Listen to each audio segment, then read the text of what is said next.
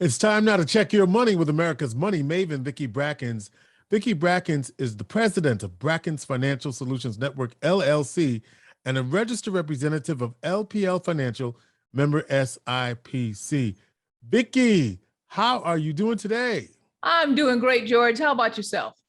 You know what? I'm $1,000,000. I have had a great weekend, 2 great weekends in a row, hanging out with my brothers of the Omega Psi Phi fraternity, Oh boy, Incorporated, 100 years on Syracuse University campus. And then this past weekend, we were in the Meadowlands, at the Meadowlands Hilton, celebrating our district conference, New York, New Jersey, Delaware, Pennsylvania, and Maryland. So what all the brothers from all those states gather together to do the business of the fraternity in our second district. So all right. So that's how I'm feeling. I'm feeling like really queued up, if you will. Okay, well, listen, okay, I'm glad that you're feeling queued up. I tell you what, I'm going to go back to a cue that we had last week when we had our guest on last week, Kenneth J. Royster, and he sort of preempted a conversation that I was planning to have this week on reverse mortgages. But I'm going to say this. Yes. I'm going to say this to everyone: stay tuned, because I want to make sure that we do some prep work before we get there concerning reverse mortgages and some of the educational pieces that need to go prior to that before we really dig deeply into that conversation, because we don't want anyone to think that we're giving specific investment advice. But this week, what I am going to start with on our pre-conversation is something that I saw that I think you are going to appreciate, and many in our audience will. And that is a story that I saw that said, listen to this, George: the last 20 years of economic turmoil broke the millennials. Really? Yeah, the last 20 years of economic turmoil broke the millennials. And you know what? When I read the article, I was really taken aback, because it's the way time flies. You really don't realize sometimes the span of time. You were talking about the 100 years of Omega Psi Phi being on Syracuse's campus. I bet you it didn't feel like 100 years for some people. It felt like it was 30 or 40 years ago. You know, the time just really flies. Well, when we start thinking about millennials, back in 2007, when they were coming of age, say around 26 years old, the first financial crisis hit at that point in time, when they were just going into what we call the formative years as far as your careers are concerned. And that period of time really created a tough economic condition to enter the job market. And then right behind that, in 2012, student debt crossed, listen to this number, $1 trillion. They actually just exploded during the time of the Great Recession. And then we came right behind that in 2017. We entered a period of what's called wage stagnation. The cost of living got out of control in 2017. The average housing price across US cities became more expensive. And we had basically something that right before we had an area called the Great Recession. And then 2020, before the oldest millennial turned 40, this generation faced the second recession when the pandemic hit. And then we hit 2021. Millennials are saying, okay, fine, we're finally into our maturing age category economically. We're ready to buy a house.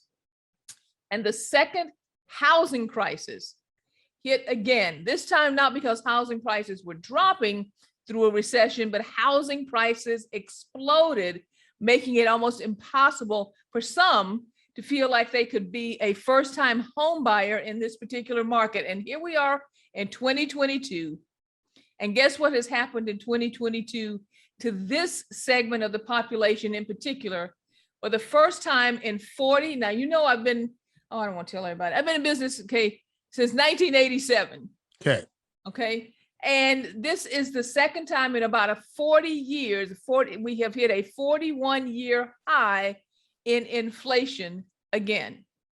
So if now you saw how much energy was behind me explaining and describing this. Right. So if you're living this economic cycle, these economic cycles, and you are positioned to supposedly to go through all of the maturing that happens on an economic basis as you go through adulthood, you may feel like you have been broken.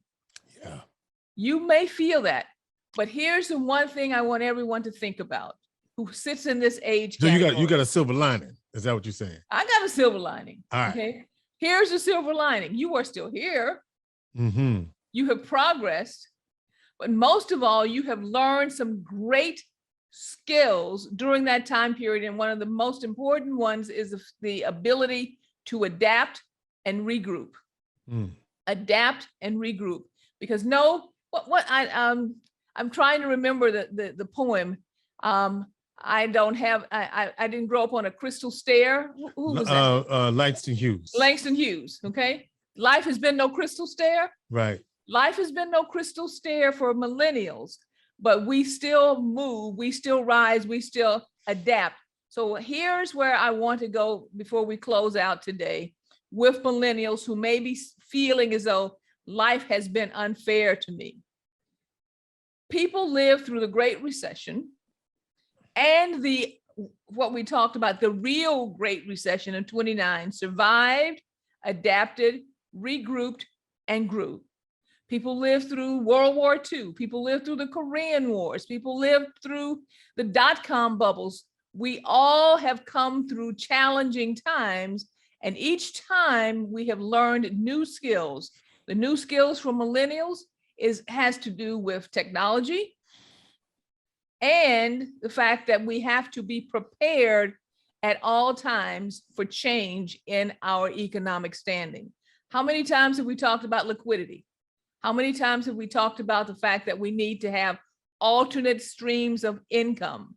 How many times have we talked about to have multiple streams of income? In your case, as a millennial, your charge is not to look back, but to look forward and utilize those skills to move yourselves forward and to prosper throughout the next phase of the economy, which will be, we don't know. We'll say it just like that. But we know that you have the skills to adapt, and you know that through planning, we can prosper during those periods of time. So George, what do you think is going to be next?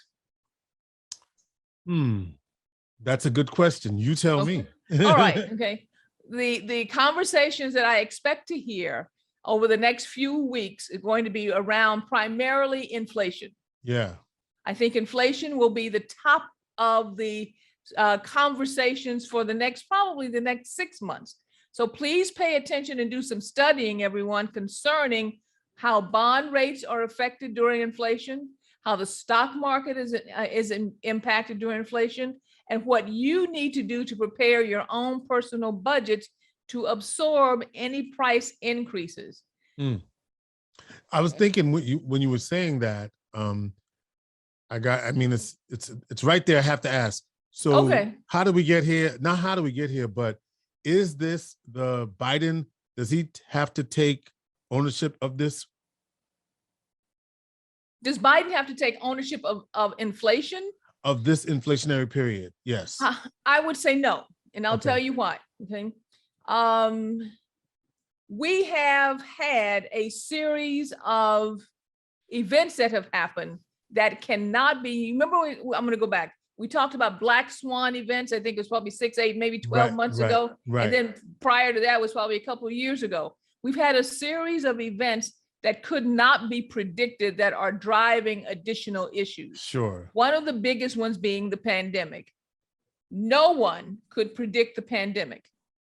The bottlenecking that took place during the pandemic, as far as our supply chain issues, yeah, you could not predict. You can react to, and so the reaction and the strategies that were used or are being used to unwind some of those things. Of course, every administration who's in charge at that point in time has to take responsibility for that. But the impetus, what has triggered this, has been issues that were not laid out as basic economic conditions or basic economic issues. So I would say no.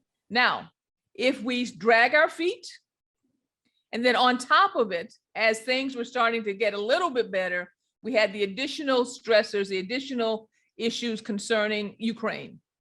And those are going to filter through the system for some time because of those two things together, because we're not done, even though we have we have relaxed some of the provisions around the pandemic. As we know from what's happening in the Far East, in China, in Singapore, that the pandemic is not over, and we're probably due for another wave based on the things that are happening with variants. This is not a prediction, it's just watching the news. Right. So we have additional things that have to be accounted for that will drive a lot of the economic activity going forward. Stay tuned.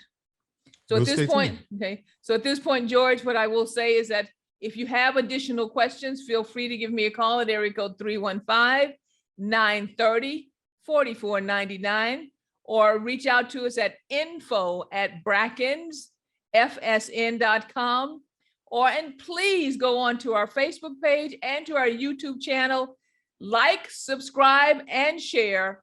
And at this point in time, I will say our plate is full. All right, Vicki Brackens is the president of Brackens Financial Solutions Network, LLC, and a registered representative of LPL Financial, member SIPC. She is America's moneymaker.